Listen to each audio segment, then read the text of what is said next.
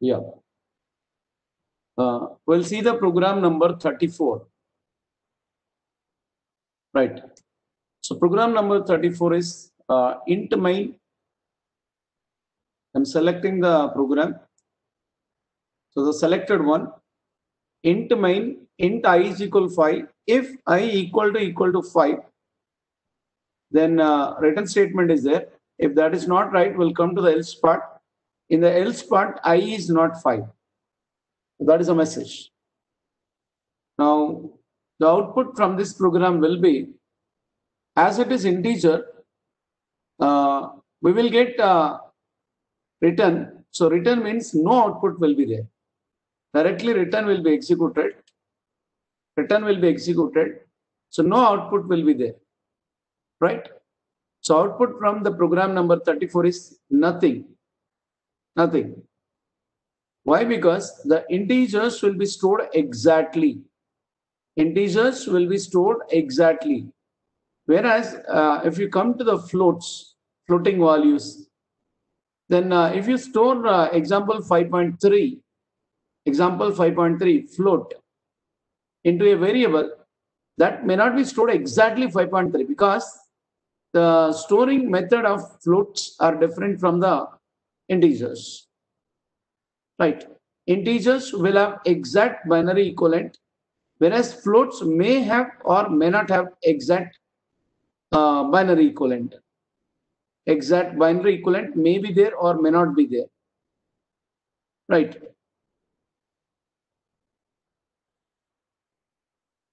So that's the reason floating values may be stored exactly or may not be stored exactly, but the difference will be very little bit. Example, if we store 5.3 into the variable, float variable, yeah, that may be stored as 5.300000000, maybe or around 810 zeros, and there may be a chance of 1 after 810 zeros, 8 or 10 zeros. Right. So that is 5.3 will be stored as 5.30000000001. Maybe. I'm not sure that that will be stored like that only, but maybe. Or it may be stored as 5.299999 around 10 nines, example.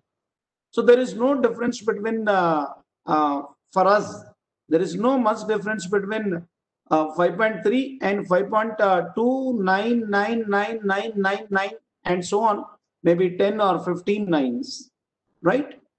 So they'll be almost equal, but we can't say exactly equal when you compare in the if condition. So that means if you change this integer type to float type, example, we are changing the integer type to float type. Now float I is equal, say 5.3, example, say 5.3, example. So now if I is equal 5.3, the condition may be right or may not be right. Condition may be right or may not be right. So that depends. Here my statement is floating point numbers may be stored exactly or may not be stored exactly, but the difference is very little, not even considerable. But when you compare in the computer, it will consider even that difference. You know what is the difference size? 0.000000, maybe around 10-12 zeros followed by 1. So that difference is very negligible to the human being. But in the computer, if you test, we may not get the exact answers. So as here we used integer, we will get return statement will be executed. The output will be nothing. Output will be nothing from the 34, program number 34. Whereas if you change the integer type to float type, and float I is equal, say 5.3, float I is equal, say 5.3. So now if I is equal 5.3 equal to 5.3, may not be true, maybe or may not be true. We don't know, we can't expect, right? So here data type matters because the floating values storage is different type from the integer values. Integer values will be stored exactly. That is, if you store 20,000 value, so that will be stored exactly 20,000. Whereas if you store 20,000 in the floating form, that may be 19,999.999999, around 10 nines. So then the difference is the 0.00000. After 10 zeros, it may be 1. So the difference is very much negligible. If it is human being, we can accept that. But whereas if it is computer, it will give us different. You can't compare with the exact value, right? Yeah. So the output of the 34 is nothing.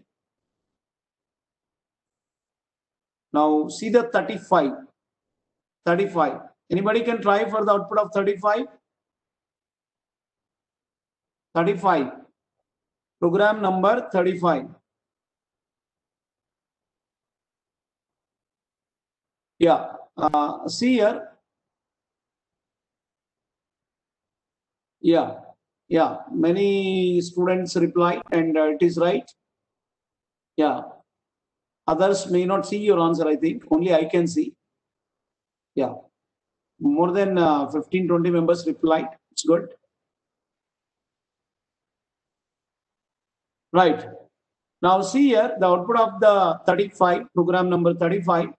So now void main and int a is equal to 10. We are defining a variable, integer variable that is initialized with 10. So now the value of a is 10. Now come to the if statement. If a is equal 7, you have to concentrate there. What we have written, if a is equal 7, it's not double equal. If it is double equal, condition will be tested. If it is double equal, condition will be tested. If it is single equal, the right side value will be assigned to the left side variable. If it is single equal, right side value will be assigned to the left side variable. That is, a will become 7.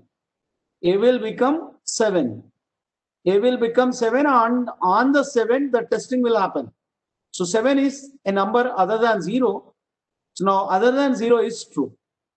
So now 7 will be treated as true. So now if condition is true, so the word printf a is 7 will come. So output is a is 7. Output is a is 7. So once again repeating.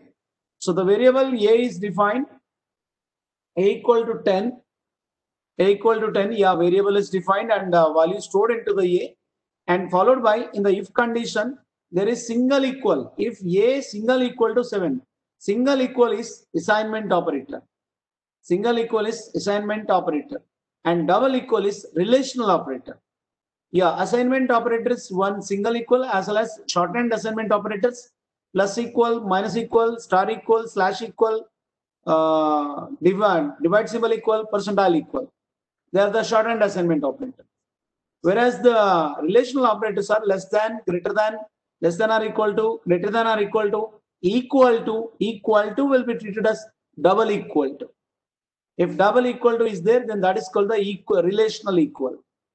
So now equal to and not equal to, not is exclamatory mark followed by the equal symbol. Right. Now here only one equal to is written, a equal to 7 is written. So simply the value 7 will be stored into the a, and over that value, that 7, the testing will be done. So 7 means other than 0, means it's true. So now that means if condition is true, so now printf a is 7 will be the output. A is 7 will be the output, right? Now come to the next question. Next question. Yeah. Now see here in this variable j is used, int j. So now j is initialized with -4. J is initialized with -4. Sorry, not initialized. J is stored with -4. Initialization is at the time of variable definition. If you store value into that, that is called initialization. Otherwise, in the other place, if you store some value, then that is called the assignment. So now j is assigned with -4. J is assigned with -4. Right. Now come to the first statement. For should contain 3 statements. For should contain 3 statements. So now one semicolon is given. So now no statement is written and semicolon is given. We can write like that. It's not a mistake. It's not a mistake. We can write like that. So now empty statement is there. No statement is given there. No statement is given there. Yeah, again I got around 8 members reply. Right?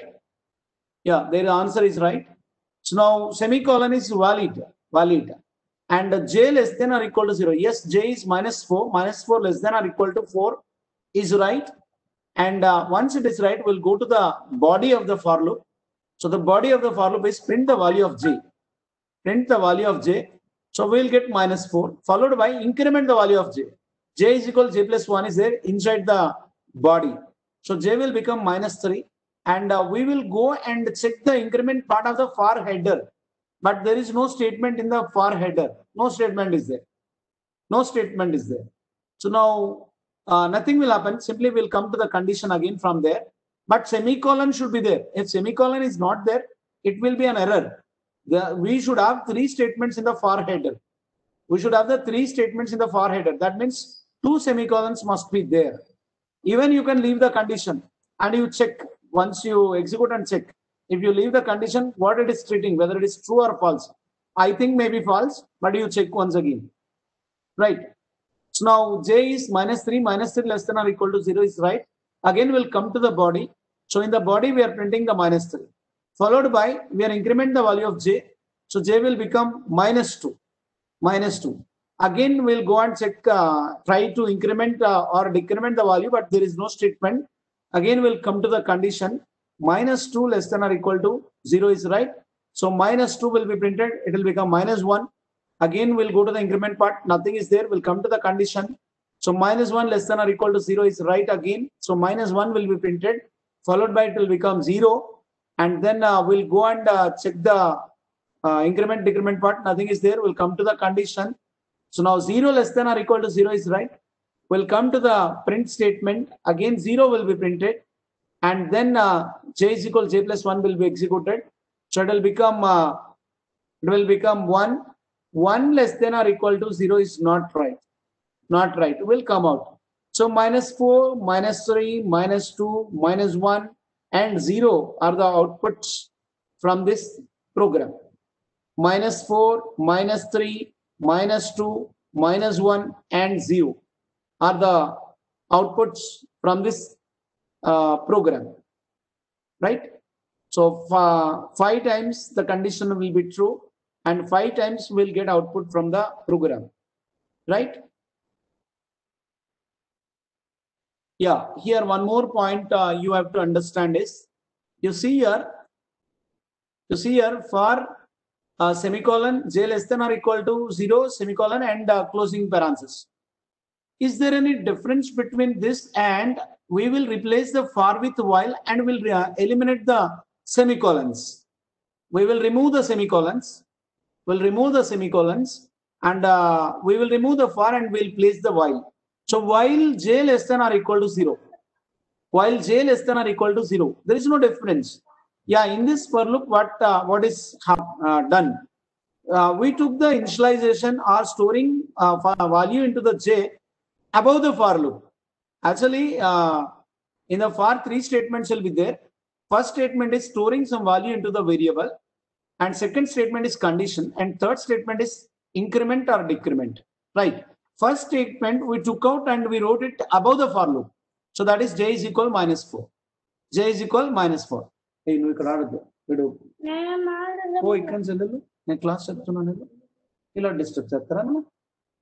right. So first we wrote j is equal -4. Actually, we have to write inside the for loop as first statement.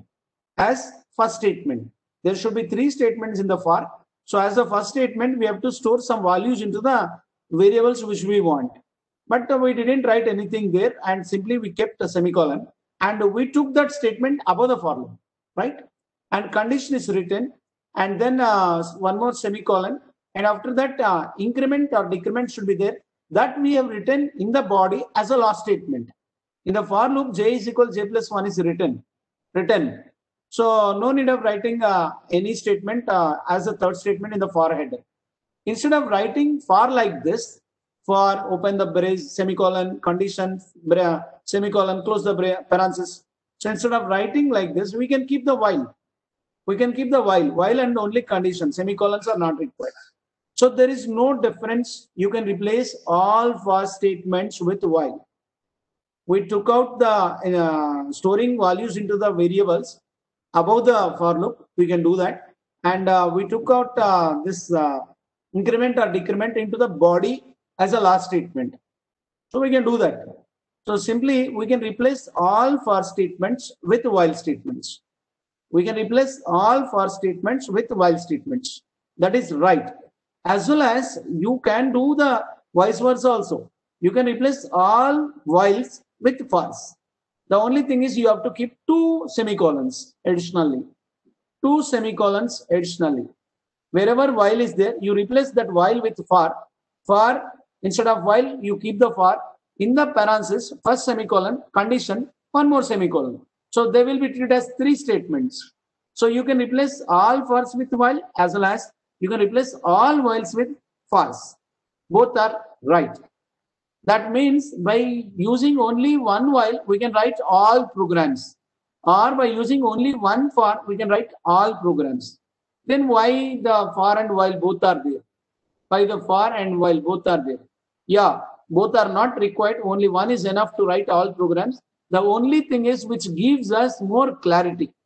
Instead of storing values into the variable at some place and then condition and then body of the loop and then either increment or decrement, by using while statement writing like this, we can write all these 3 things in one place. In storing values into the variable and condition and increment decrement part. When we have this type of scenario, we will go for the for loop.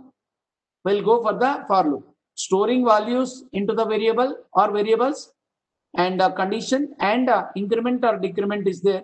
If this is a scenario, we'll prefer for. But in some cases, we may not have these things at that place. Then we will go for while loop. Then we'll go for while loop. When there is no requirement of storing values into the variable at that time. In different place, we may be storing. At that time, there is no need of storing values into the variable. And then there is no increment or decrement part. Example, if any of these are missing, we can go for while, right? But the thing is, we can replace all fors with whiles and we can replace all whiles with fors, right? Am I clear? Yeah, there is no difference. With only for or with only while, we can work out all programs, right?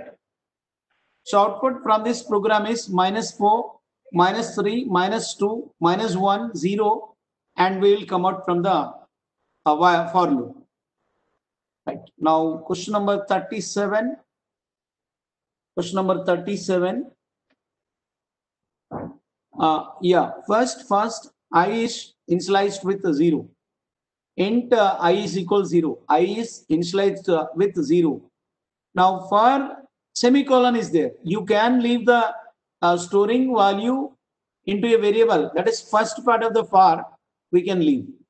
We can leave. So now, it's not a mistake. For loop is very clearly right. So now I less than 5. I less than 5. That is also right. Right? Semicolon. There is no increment or decrement part. 2 semicolons should be there in the for loop to show that there are 3 statements. Yes, 2 semicolons are there. So for header is right. There is no mistake in the code. There is no syntax errors in the code. Right? So now we'll come to the printf statement. The value of I, which is 0, will be printed. So the value of I, right? So the value of I, which is 0, will be printed. And then we'll go and increment or decrement. But there is no open and closing braces to the for. Without writing closing, opening and closing braces, for can hold only one statement. Only one statement. If you use braces, then it will hold even I is equal I plus 1. But I is equal I plus 1 is not inside the body of for loop. It's not inside. It is outside the for loop. After coming out from the for loop, if you see the statement, then we will see the I is equal I plus 1. So there is no increment part. There is no increment part. So simply 0 will be printed and no increment. 0 less than 5 is once again right. We will come and print the value of I, which is 0 again. So like this, there is no modification of I is there. There is no modification of I is there. So always I will be 0 only. And always 0 less than 5 is right. So we will get 0, 0, 0, 0, 0, 0, 0 infinite number of times. So it's an infinite loop. Yeah, when we have infinite loops, you know, operating system is more intelligent. That type of programs are written in the operating system. If a program is gone into the infinite loop, it will be aborted by the operating system. By the operating system. That means after some time, our program will be closed. That sometime may be the nanoseconds or microseconds. Don't think that the sometime means minutes and hours. No, it will be in the nanoseconds or microseconds, right? So 0, 0, 0, 0, 0, 0 will be the output infinite time. We'll write infinite time. But this program will be aborted by the OS, operating system, right? Yeah, whereas if you add this increment part, that is I is equal I plus 1, maybe in the for header or in the, if you use braces after for, and if you write that statement inside the body, then also we will get 0, 1, 2, 3, 4 will be the output. If we add braces, output will be 0, 1, 2, 3, 4. But braces are not there. Output is 0 infinite times. So you have to write answer like 0, 0, 0, dot, dot, dot, infinite times. Right? Am I clear? Expecting replies? Am I clear? Yeah, 233 members are there. Yeah, what about the remaining 60 plus members? Actually, the strength of this class is 300, I think. Right. Now come to the, yes, enough. Now come to the 38th question. 38th question is, J is initialized with -5. Initialization. If you store value into a variable at the time of declaring the variable, that is called initialization. So now J is initialized with -5, right? It's a do while loop. So first the value of J will be printed. So now we will get -5, followed by we are incrementing the value of J. So it will become -4. While -4 less than or equal to 0 is right. -4 less than or equal to 4 minus 0 is right. So we'll go to the do. While whenever condition is true in the do while, we'll go to the do place if condition is true. If it is false, we'll go to the next of while, next of do while. So it is true, -4 is true. We'll go and print the -4. Again true. We'll print the -3. It will become -3, and we'll print the -3, and then it will become -2. -2 less than or equal to 0 is right. We'll go back and we'll print -2, and then will become -1. -1 less than or equal to 0 is right. We'll go back and we'll print the -1, and then it will become 0. 0 less than or equal to 0 while condition is right. We'll go back and we'll print the 0, and then the value of J will become 1. 1 less than or equal to 0 is not right. So we'll get -5, -4, -3, -2, -1, and 0. 1 won't come. Somebody wrote 1 as a reply. 1 won't come because 1 less than or equal to 0 is not right. Not right. We'll come to the next. We'll come to the next of do while. Next of do while is return statement is there. Right? So now it will give us -5, -4, -3, -2, -1, and 0 also. And 0 also. Right? Is this clear? It's simple while. I think no repetition is required. Now, yeah, we'll see this program. Yeah, you should have some idea on 39, question number 39. Question number 39, you should have idea on binary system. You know, the equivalent of A is actually we have to store the value of any variable using 16 bits because the integer requires 2 bytes. So now A is equal 5. So 5's binary equivalent is 101. 5's binary equivalent is 101. 101. And 10's binary equivalent is 1010. Do you know this? Binary equivalent is you can convert by dividing with 2. 10, 2 5's are remainder is 0. 2 5's are remainder is 0. Again 5 is there. 2 2's are remainder is 1. Again we'll get 2. Once again 2 1's are remainder is 0. So from the bottom to top 1010 is the equivalent of 10. Is the equivalent of 10. Whereas 5's equivalent is 101. And remaining all left side zeros will be stored. That means for 5, 13 zeros will be stored and 101 last. So total 16 bits. Total 16 bits.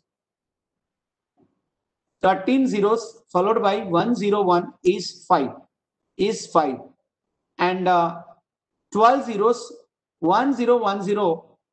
12 zeros 1010 is the equivalent of 10. Is the equivalent of 10. Right. See this carefully. This symbol, do you know the what's it called, bitwise operators? Yeah, we'll see now. There are 8 types of operators. There are 8 types of operators. 1 is arithmetic operators. 2 is relational operators. 3 logical operators. 4 increment-decrement operators. 5 bitwise operators. 6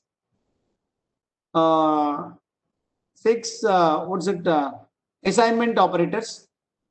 7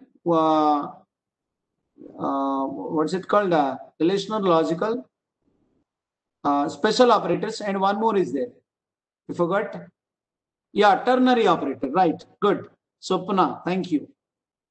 Right. So there are 8 types of operators. Ternary operator, also called as conditional operator. Now, first arithmetic operators. Arithmetic operators are plus, minus, star, that is multiplication, slash, division, and then percentile operator. So totally 5 operators are there in the arithmetic operators. Number 2, relational operators. Less than, greater than, less than or equal to, greater than or equal to, not equal to. There are 6 relational operators are there. 6 relational operators are there. Relation, whether this one is greater than or that the second one is greater, like that, or equal or not, or less than or equal to. 6 relational operators are there.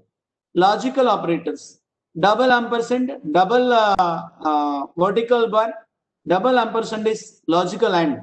If this condition is true and this condition is true, then the condition will be right. Example, for your admission to join into the engineering, you must pass intermediate as well as you should get some rank to join into the engineering through counselor quota. Through counselor quota, right? So that is AND, logical AND. You should pass intermediate and logical AND. That is must. And you should get some rank to join into the engineering college through counselor quota, right? This is one logical AND. Logical are 2 vertical bars. 2 vertical bars. You should pass either intermediate or diploma to do the engineering. Of course, maybe through the counselor or maybe through the management. That is different matter, whether you may be joining into the first year or you may be joining into the second year. That's not the issue here. To do the engineering, either you should pass intermediate or you should pass diploma.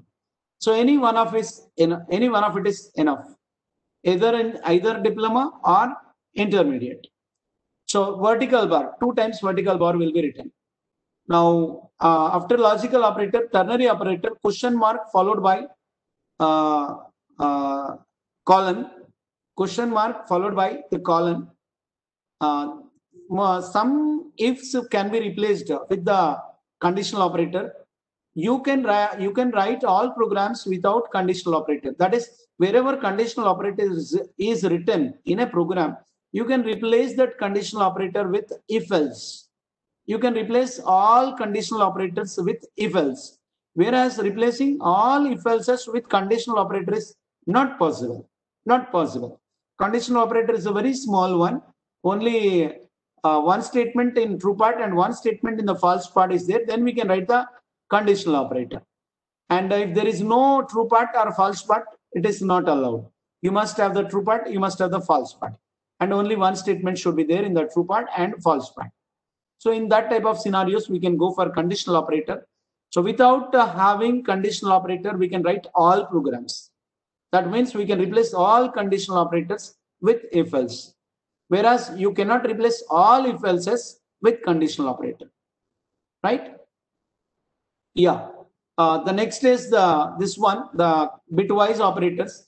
There are I think 6 bitwise operators. Bitwise and, single and, ampersand symbol, single and, bitwise and. That means and operation will be done on bits. Single or, that is vertical bar, single vertical bar, bitwise on. And bitwise shift left, 2 less than symbols, bitwise shift left. 2 greater than symbols, bitwise shift right.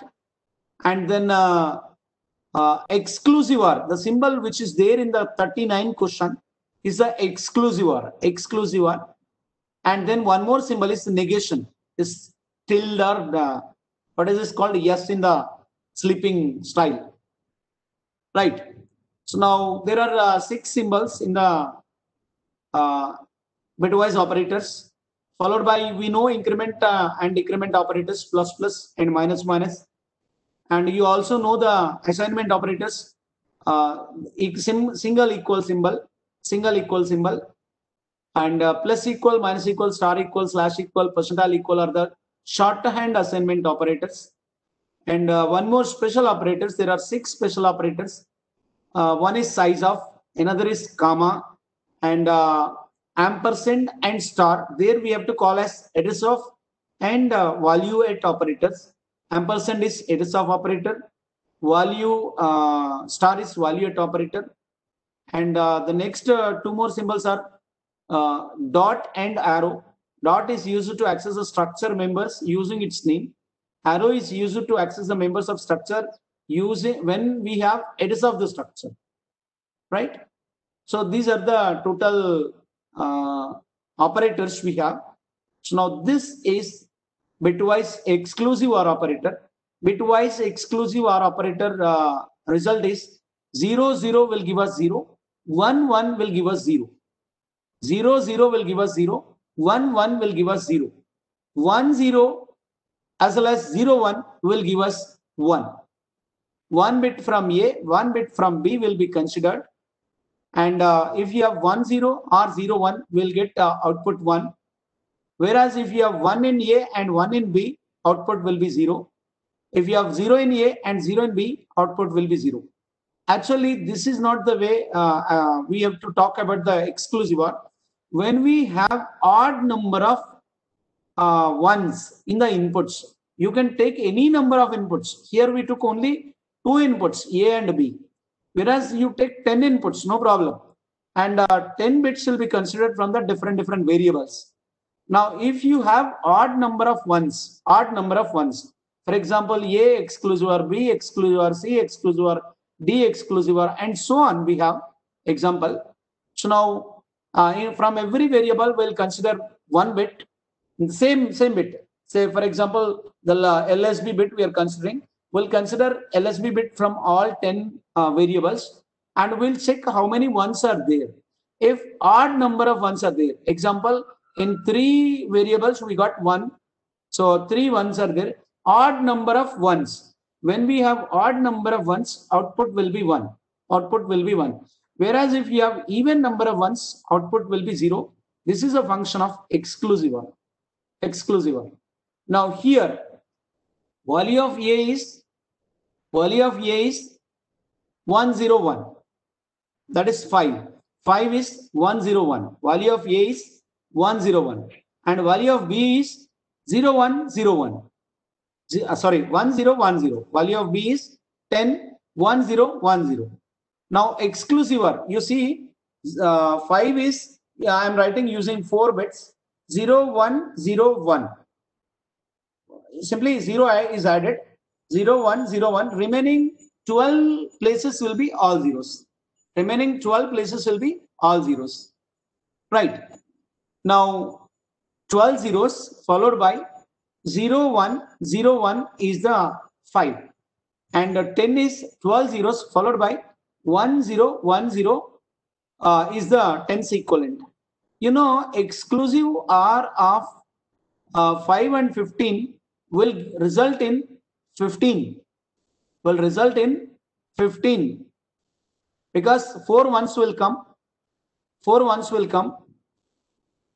0101 1010. These are the numbers we have. So exactly in the opposite locations we have ones. So 1111 will be the output because exclusive OR either 01 or 10 will give us 1.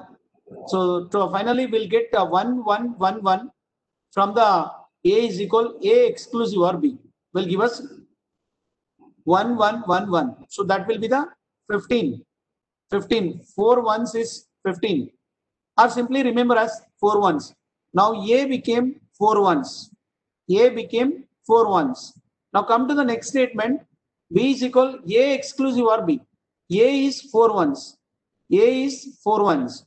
Now B is 10. 10 is 1010. 1010.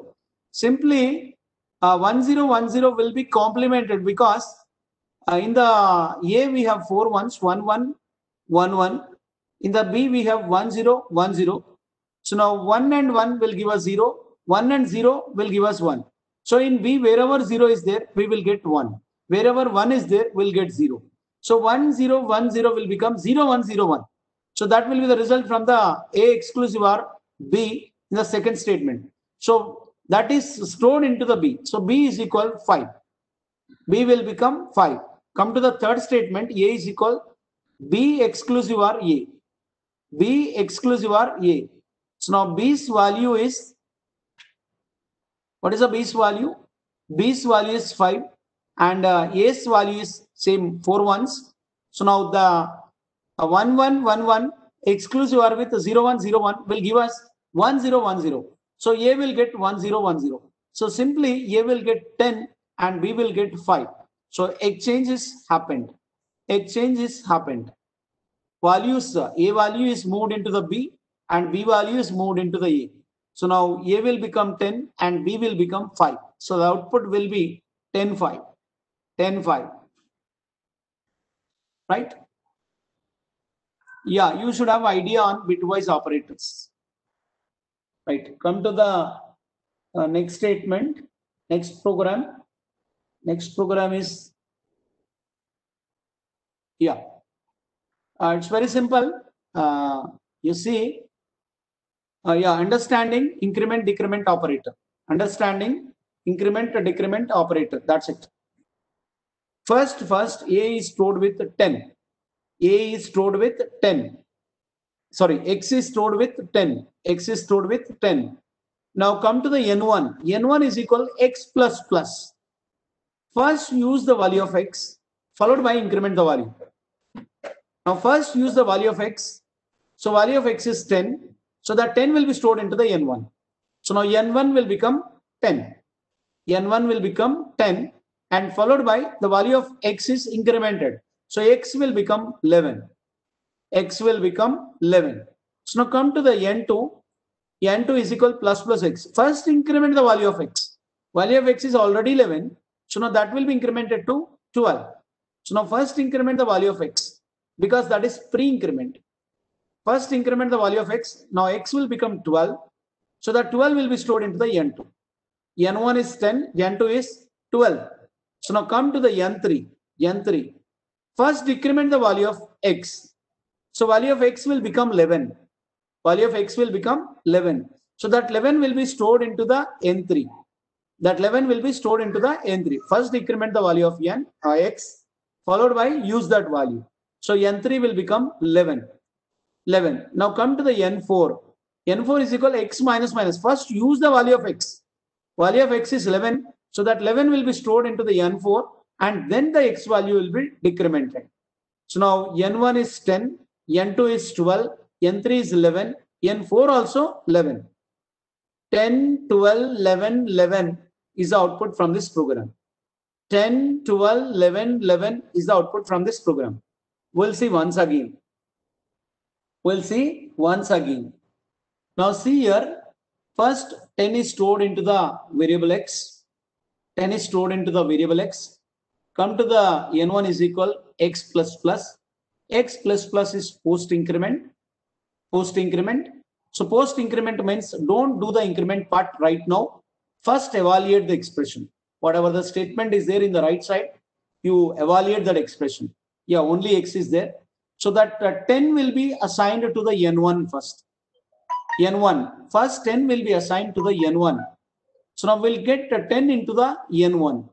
10 into the n1. Followed by x value will be incremented. So x will become 11.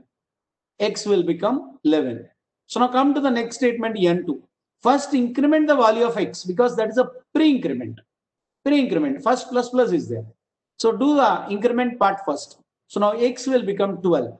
After incrementing that, then you use the value of x. X became 12 and that 12 will be stored into the n2. So come to the n3, next statement. X is already 12. First decrement, pre-decrement is there. First decrement is there. First minus 1 is there. So now 12 will become 11 and store that 11 into the n3. Store that value 11 into the n3. So n3 will become 11. Now come to the next statement. Post decrement. First don't decrement. Post decrement. First use the value of x. Value of x is 11. So now 11 will be stored into the n4 followed by the value of x will be decremented. So x will become 10 again.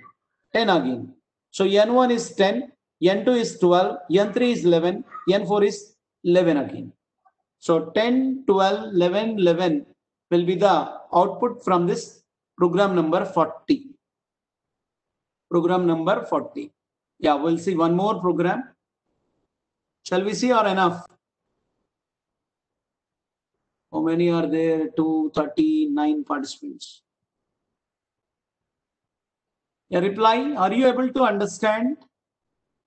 These are very important. I'm sure that we'll discuss at least 150 bits out of our semester minimum.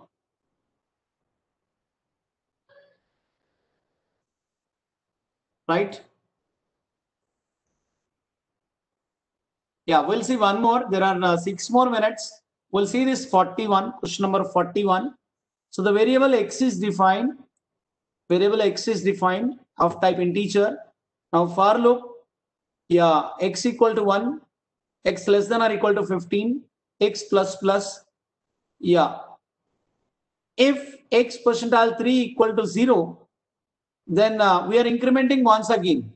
Whenever x percentile 3 equal to 0, we are incrementing once again. Actually in the for loop, x plus plus is there. In the for loop, x equal to 1, x less than or equal to 15, x plus plus is there. Yeah, what will happen? We'll see. First value of x is 1. 1 percentile 3. 1 percentile 3 is not 0. Percentile means remainder will come to us. So 1 percentile 3 is 1. So we want to execute x equal to x plus 1 in the after if, because that is under if. If condition is true, x equal to x plus 1 will be executed. So that will not be executed. We'll get the welcome to SNIST. When x is 1, we got a welcome to SNIST. Then we'll go to the for's header in the increment part. X will become 2. So now we'll test the condition 2 less than or equal to 15. Yes, it is right. So we'll come to the x percentile 3 equal to 0. Not right. X percentile 3, 2 percentile 3 equal to 0 is not right. So we don't execute that x equal to x plus 1. Welcome to SNIST will come for the second time. Then x will become 3. X will become 3 in the for's header x plus plus. So x will become 3. 3 less than or equal to 15 is right. Will come here. X percentile 3 equal to 0. Yes, 3 percentile 3 equal to 0 is right. 3 percentile 3 is equal to 0 is right. So now we will increment value of x once again. So x will become 4. X will become 4. So now we'll get output. Welcome to SNIST. We'll get output. Welcome to SNIST. Increment happened double time. So we got output for x equal to 1, output for x equal to 2. Then we got output for x equal to 4 because one more increment happened inside the body. That is, if condition is true, incremented. So then we'll go and increment the value of x. It is 4. Now it will become 5. 5 less than or equal to 15 is right. We'll come to the if condition. So now x percentile 3. 5 percentile 3 is not right. So now we'll print the welcome to SNIST. Then it will become 6. 6 less than or equal to 6 is right. So we'll come to the x percentile 3 equal to 0 is right. So then it will become 7. So now we'll get welcome to SNIST once again. Simply we'll get output for 1, output for 2. There will not be 3. So it will become 4. We'll get output for 4, output for 5. And there will not be 6. Output for 7, output for 8, no 9, for 10, and for 11, no 12, for 13, and for 14. For no 15, 15 less than or equal to 15 is there. But for 16 we'll get. For 16 we'll get. So how many times we'll get? 1 to 16. Total 16 are there. But for 3 we don't get. For 6 we don't get. For 9 we don't get. For 12 we don't get. And for 15 we don't get. So out of 16, 5 times we don't get. So totally 11 times welcome to SNIST will come. 11 times welcome to SNIST will come. Welcome to SNIST will come for 11 times. Whereas instead of welcome to SNIST, if you print the value of I, we'll get 1, 2, 4, 5, 7, 8, 10, 11, 13, 14, 16 will come. Okay, because inside we are incrementing the variables value without testing. For 15, it is right. We are going inside, and then the increment will happen because 15 percentile 3 equal to 0 is right. At that time, increment will happen. At that time, x value will become 16, and then the welcome to SNIST will come. So after coming out from the for loop, we will have 16 in the variable I, right? 16 or yeah, we will have 17. Why? Because after 16 we'll go and increment the value of x.